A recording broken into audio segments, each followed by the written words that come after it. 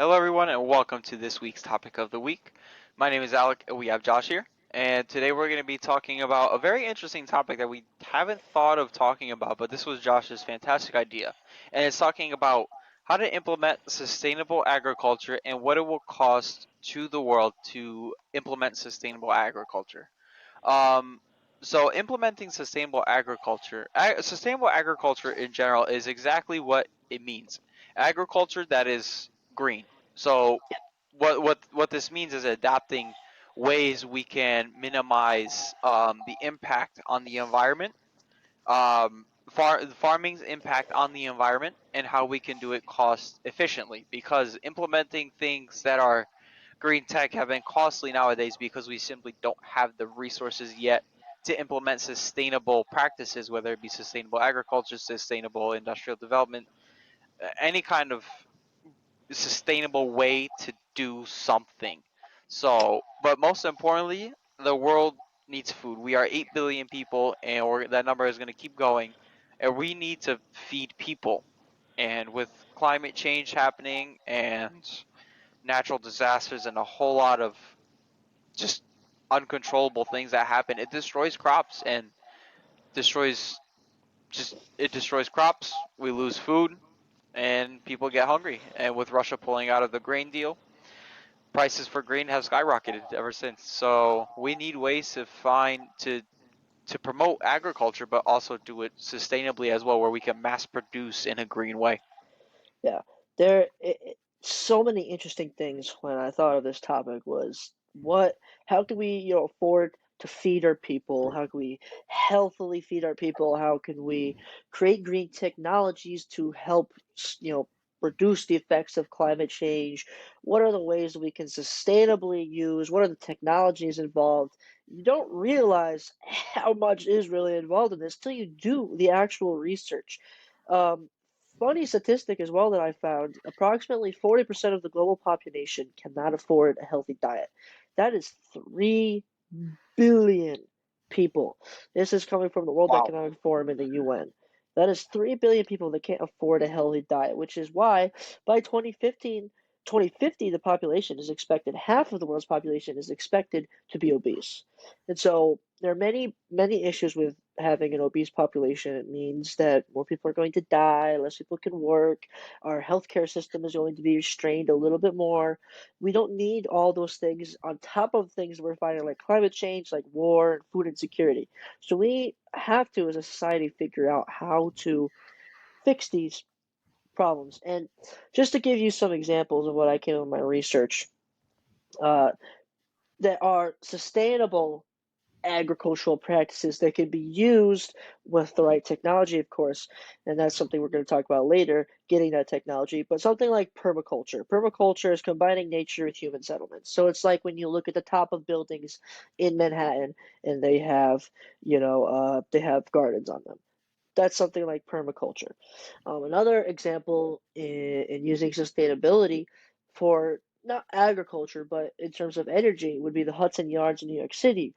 um, I just recently went to New York City and I went to the edge of Hudson Yards. Beautiful, by the way. But anyway, the Hudson Yards is very fascinating because what it is the future of sustainable cities and trying to use sustainable cities to produce food, to produce energy, and all that. And what they do use, one of the examples is rainwater that goes into their systems to help use it to irrigate their surroundings, but also it goes through a system that cleans the water and is being used as city water. So rainwater can be used up to 60 million gallons, I believe it was, per year to help fight, water insecurity. And it also helps you like with energy. I think it's sustaining about 15% of New York's grid at the moment, and that's just like the Hudson Yards. So that's very fascinating. So those are certain things that we're looking at in terms of how we need to fight, and help create sustainable agriculture. What was that thing you said about farms? What was that term called? Were Uh, they not perma farms? Perma Permaculture. Yeah, permaculture. Permaculture? I love permaculture. I think it's absolutely gorgeous. It really adds Yes. to a building and not I mean, like let's say you have a ranch style house, but you have your neighbor that's right next door, but you still have a massive backyard. But regulations say you can't build a massive farm; you can build a small garden. It's like, what? Why? In my opinion, I hate zoning regulations. Oh yeah, Like, me I too. understand that there should be a gap. Like, we should have the gap between neighbors, but we should also, like, if we have the land for it, build or have our own farm to be sustainable in our own way. I have a small garden out there that has like tomatoes and peppers or whatever, but it's not enough for me to last a whole year. It's enough for like probably a summer, Yep. and that's about it. I think every person should have the right to use land, to use the land that they have, should they have a set amount of acreage to do, especially in like a suburban area, to build, not even build, but to grow their own crops. I think that'd be a good way to help lower the costs of food for those who go to buy to grocery stores, because now you have people who are self dependent, Yep. Yeah. And and you can have more people, people that'll lower ultimately the cost, because now everything is being domestically produced and people don't go to the market, the supermarket, and that lowers the demand, which drops the price. yeah, exactly. And for those of you who don't remember, second grade science, the basis of like our world is that trees, grass, flowers take in carbon, release it as oxygen. That's how we breathe. So by adding this to buildings, it helps, especially in areas like New York City, like Chicago, like Dubai, like Tokyo, who have really high carbon emissions, to reduce the emission that's going into the air because it just sucks it in and releases it as oxygen. The new rendering of the Second World Trade Center that's being developed has something like that, where they have a rooftop going up in steps that is full of green and shrubbery that's going to help trap corn carbon in the atmosphere and release it as oxygen. And so those are designs that buildings, I think, need the future of buildings they need to really look at because it's fascinating and it's helpful, it's useful to our environment. And so that is what we need to look forward to in the future. And obviously there's many things that come with it. To continue off of the permafrost, you said it was Permaculture. permafrost. Oh my goodness, permaculture. I just want to talk about just growing crops in general. And people are saying, "Oh, we have all this land in like, let's say you're in the United States, in the Midwest, or in the central of the United States. Why is nobody using it?" Well, number one, it's because there's no incentive.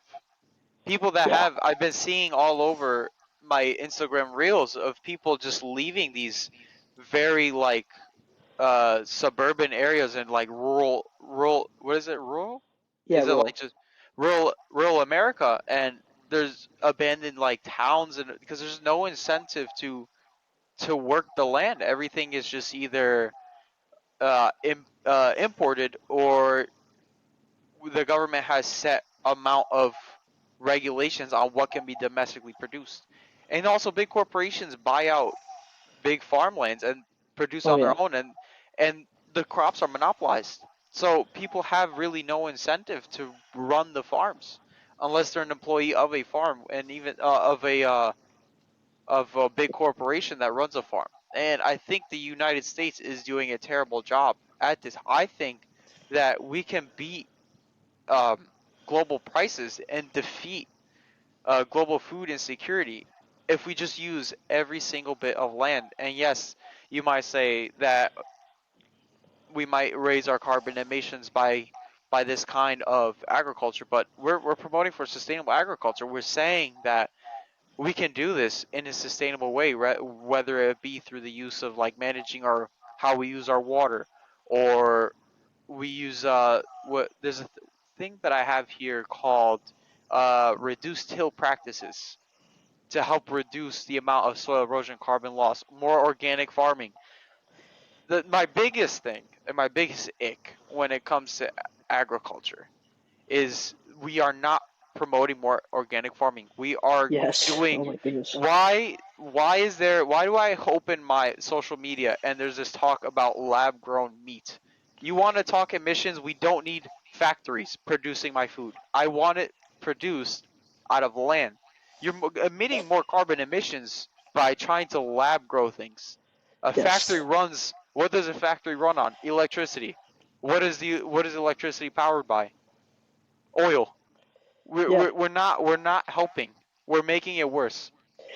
And So not only that, it's gonna make our diets worse because we don't have the technology to like create something yet that's that's not natural, that doesn't have chemicals in it. And those chemicals can cause cancers. We don't know. We're not gonna know for a long time, but god dang it, I don't want to find out. I really don't want to find out. I don't want to eat I don't want to eat this food and have it maybe a couple times and then go to the doctor 10, 20 years later. They're like, "Oh, do you smoke?" "No." "Well, you got lung cancer." Like, "What?"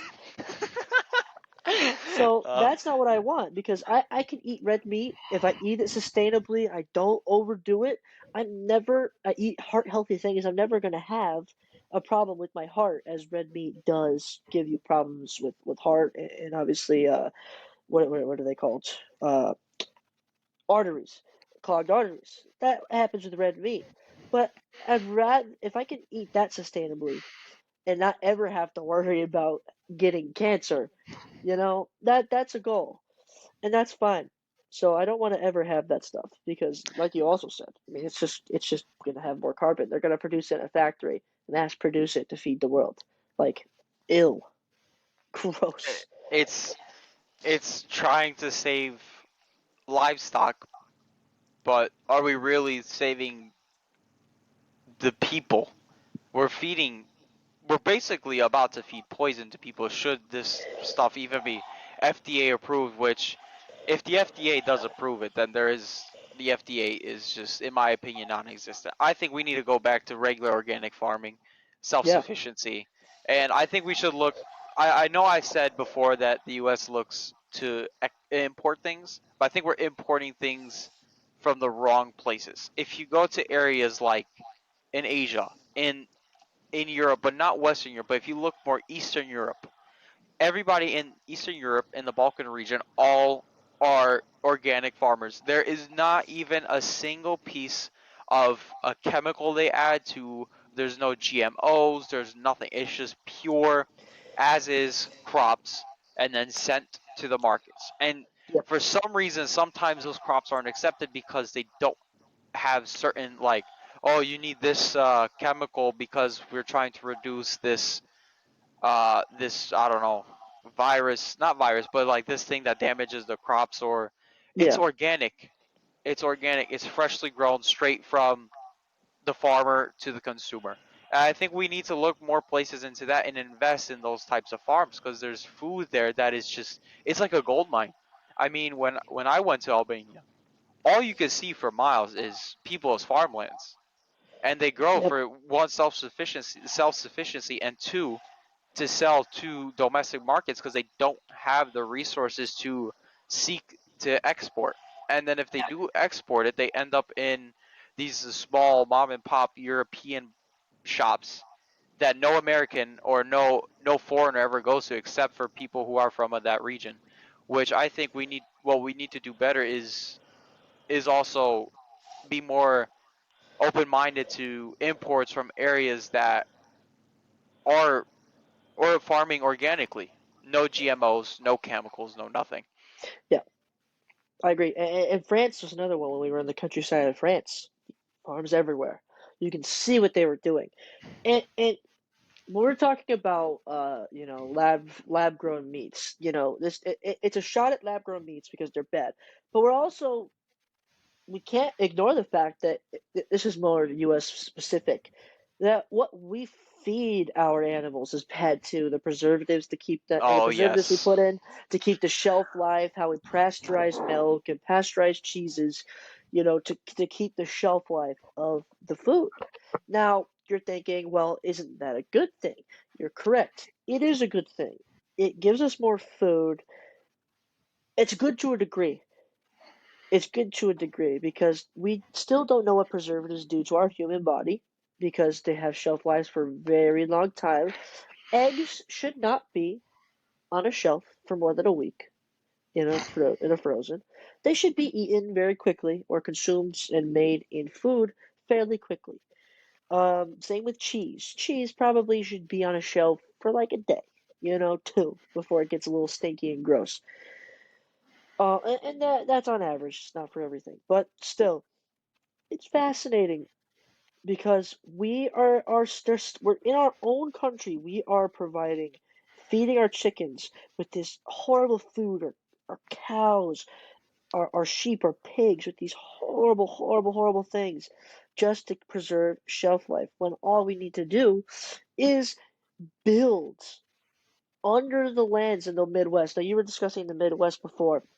One of the other bad things about the Midwest is it's very, very dry. Soil there is not very good. Well, this is a big, big project, but it's a solvable project, just so where we can build aqueducts and build irrigation systems out there that can either, it will desalinization, when we invest in that and figure that out to a big degree, we can use seawater and our fresh water and rain runoff to send it out to the Midwest, use it as irrigation systems to build good soil, which can then feed our crops and feed our animals, etc., etc. And then we can create sustainability through that. But the government doesn't look for that. The government is like, what's the easy way out? Oh, okay, fatten up our chickens. Okay, fatten up our cows. I mean, you look at the cows in Europe compared to America. They're freaking huge here. They're massive things. They're huge. It's because the bigger they are, the more meat they have, which means the more meat we can sell. It's all. It, I want to continue on that, which this is basically called livestock management, which is another way Yeah. to promote sustainable agriculture. It's not about the how much meat you can get out of one animal.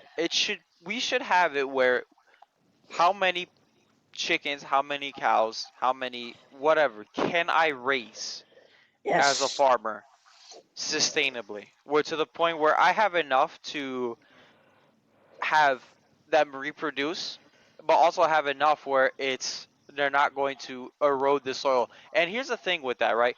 I understand that livestock can erode the soil because they need to eat in some way, and then to combat that, we give them these unholy chemicals to Yeah. eat off of. It's like we can regrow the land. We can always do that. We can always find a way to regenerate soil, to regenerate grass. We the more we feed. I mean, where are we getting this feed from? Factories. So Yes. it's like we're shooting ourselves in the foot here with the way we're trying to be. I think we're trying to be sustainable in the wrong way. I think we went from sustainable agriculture to corporate greed is what we went from. And Yeah. there's a lot of money to be made in sustainable agriculture. Anyways, regardless of Absolutely. what path you take. Yeah. And what you brought up with the soil is another thing. It's crop rotation. You put the crops in for one season, the soil doesn't look so good. You take the crops, you move them to the next field. This was an old practice that was in the Middle Ages that they understood. Crop rotation. And it could be the same thing for animals. And for those of you who are listening and trying to question our backgrounds, this man has chickens and I went to an ag school. So I didn't participate in the agri program, but I knew many people. I discussed with them. I got to learn from them, and I go see the animals. I understand a lot of the basics of agriculture, and I've done research on it before. So if you're questioning that, there you go. Back to what we're talking about. Eighty Crop percent of my rotation. family are farmers. Yeah, crop. 80% of where I live is farm. Like, I know it's crazy, but people don't. The United States and farmers need to look at, instead of having big fields to graze with these animals, have them one area where they eat for that season, and then you move them. So that area can replenish, use its seeds, and then the other area can be used to feed. It's the same with crops. If you put too many crops in the same soil for too long, the soil gets spoiled and it's not usable anymore. But if you use it for one season and you rotate, and this is something that's used very often in the Northeast and the South, but it's not used very much in the Midwest and the West of the United States. It's very much used in Europe. You can always, always, always tell crop rotation fields by how green one field is and how non-green the other field is. So that's an important practice that we need to bring to sustainability. It's an easier thing that we can bring to the practice of sustainability. But the other thing is we need to also offer farmers more land. The government, this is where I think government can step in and be beneficial outside of building aqueducts and systems to, you know, make sure the land is wet enough and rich enough. Isn't give farmers money to buy land so that they can use crop rotations and so that they have enough land to house their animals and give them as like a loan to pay it off, and then during the seasons they can sell cattle, sell their crops. That's where the government can step in and be make a really, really big difference to local farmers is giving them more lands. I mean, the first thing is going to be making sure that the soil is rich enough, but that's going to be the second thing is getting them the land in the first place. I think another part of it, what the government should be doing, is market access as well. I think the biggest Yes. issue is that farmers really don't have, well, they don't know where to go to sell their crops, so they stick domestically and try to find local supermarkets. I think what the government should be doing is going out to these local farmers and say, "Hey, we're gonna buy your all your crops, all of them, and we're gonna put them," and then the government can collect revenue by reselling them to bigger corporate supermarkets or even globally in general. And another thing they should do is just road infrastructure. I want to be able to have a farm in the Midwest but sell to the East Coast no problem, for example. Yep. And some don't have the equipment to do so, some don't have the road access to do so because you really have to go in, like, you have to go in to the Midwest and into a farm. And it's very far from just civilization.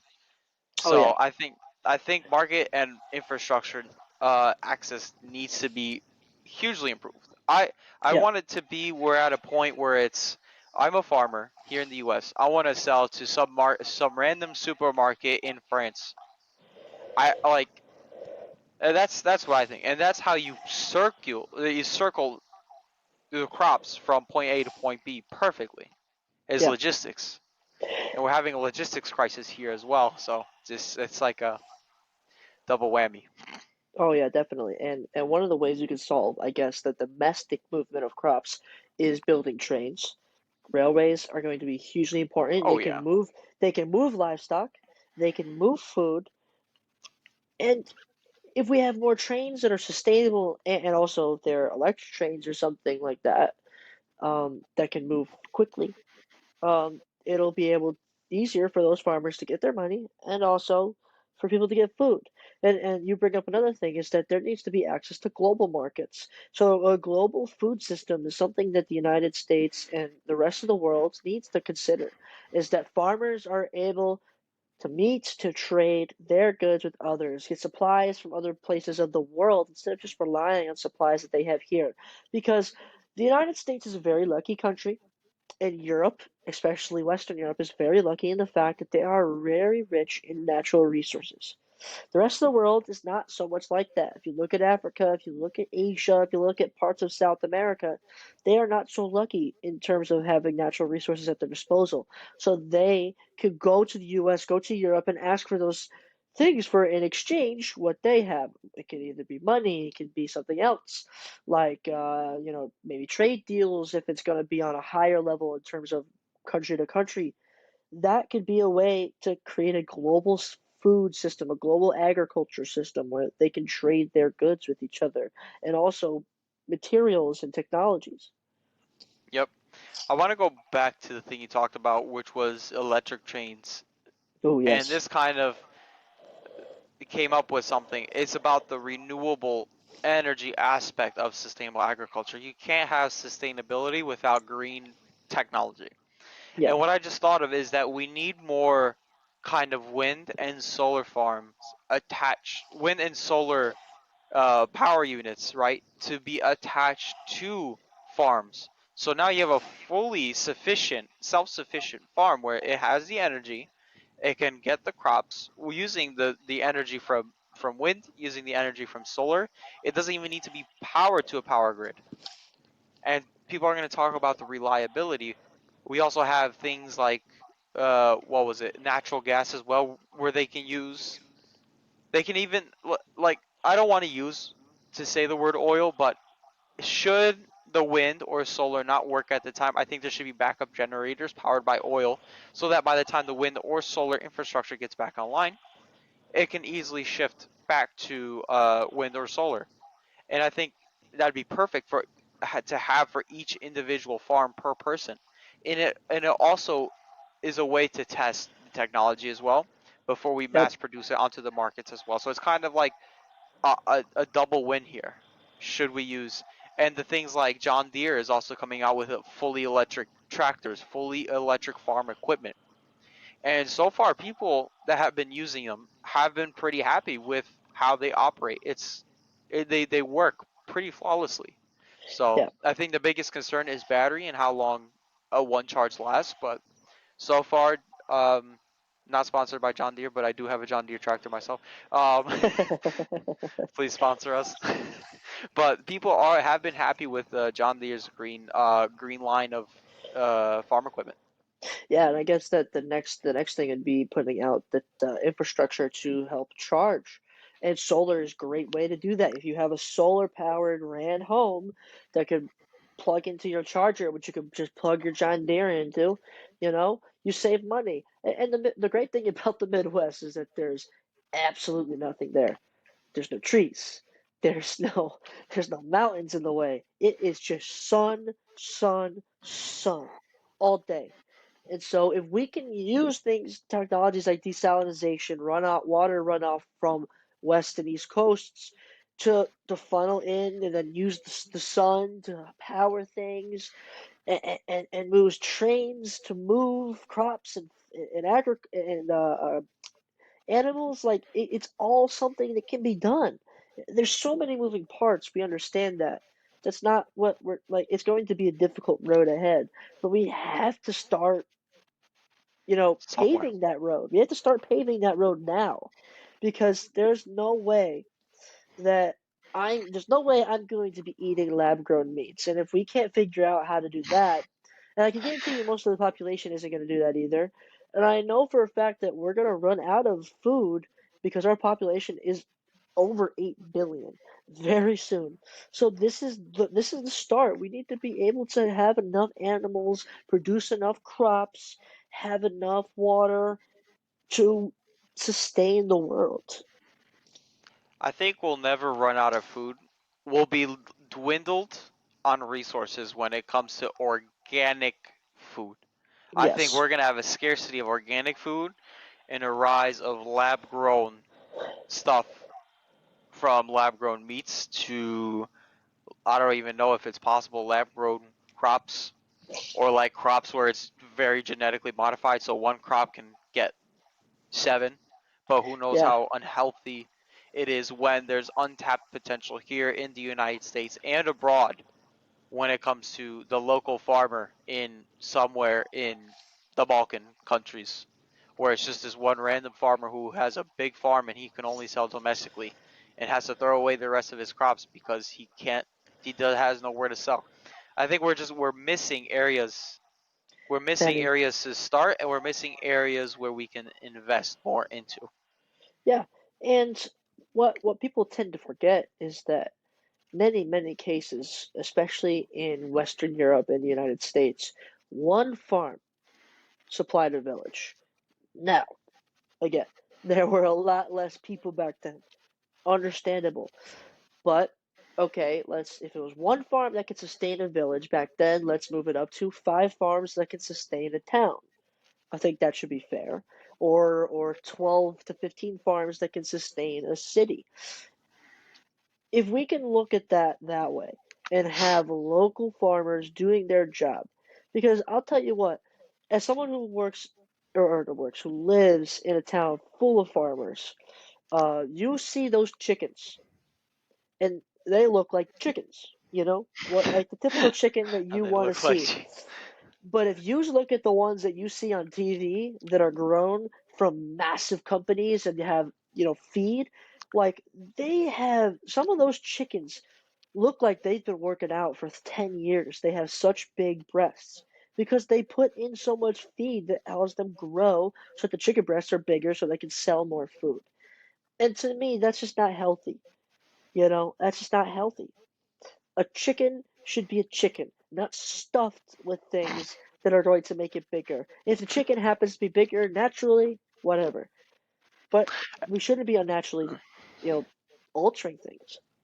And the thing is, those chickens that grow those giant breasts, they can't even walk. They're Yeah, stuck because they're so heavy. So how can it be a chicken where it can go out and to try to find? Because what the chicken will do is it will try to get its own food. It will like put its beak into the ground and try to get like little worms or this like that to try to like have natural food to be naturally fed. So it's like yeah, we're taking out the natural part of life and we're trying to control everything. And everyone wants to talk about, well, what's the cost of this? Your lab grown meat costs.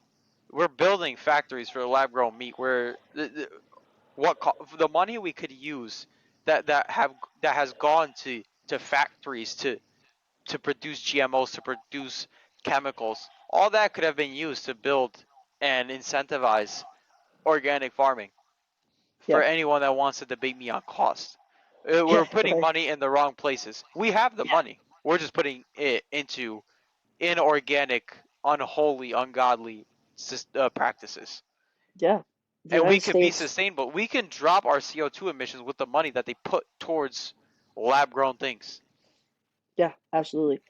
And the US and the world needs to recognize that they need to start moving the money from what they're putting it into now and investing in the local farmers. The local farmers are going to be the people that are going to keep us alive for the rest of our lives. They're going to be those Yes, people. They're going to keep us going, and keep us running. And there's many factors at play. Obviously, these massive agricultural companies have big lobbyists in their respective countries that lobby for what they want. They have lots of capital. So when you're a farmer that's having a bad season and you realize you have no money and they come over to you and they offer you $1 million, it's going to be hard to turn that down. So the United States needs to step in and switch its goal. We need to go back to local farmers. We need to invest in local farmers so that we can build sustainable agriculture within our countries, in our country and around the world. absolutely. Yeah. Um, I think this was a very good topic. I don't have anything else to add. If you have anything else to finalize, No, I do not. Yeah, you're right. This was such an interesting topic, and when I thought of it, I was like, dang, like what can the world do? And there's a lot that the world can do. We just have to really focus. We have to put our efforts into our policy and force our policymakers to basically to do these things, to create things like permaculture, invest in desalination, create new aqueducts, invest in our railways to move agricultural products, all etc. absolutely. Yeah, Cool. yeah, So this wraps up our topic of the week on sustainable agricultural practices. We hope you enjoyed this very good episode. I love this episode. yeah. And we'll catch you in the next latest global developments episode next week. Right. Take care.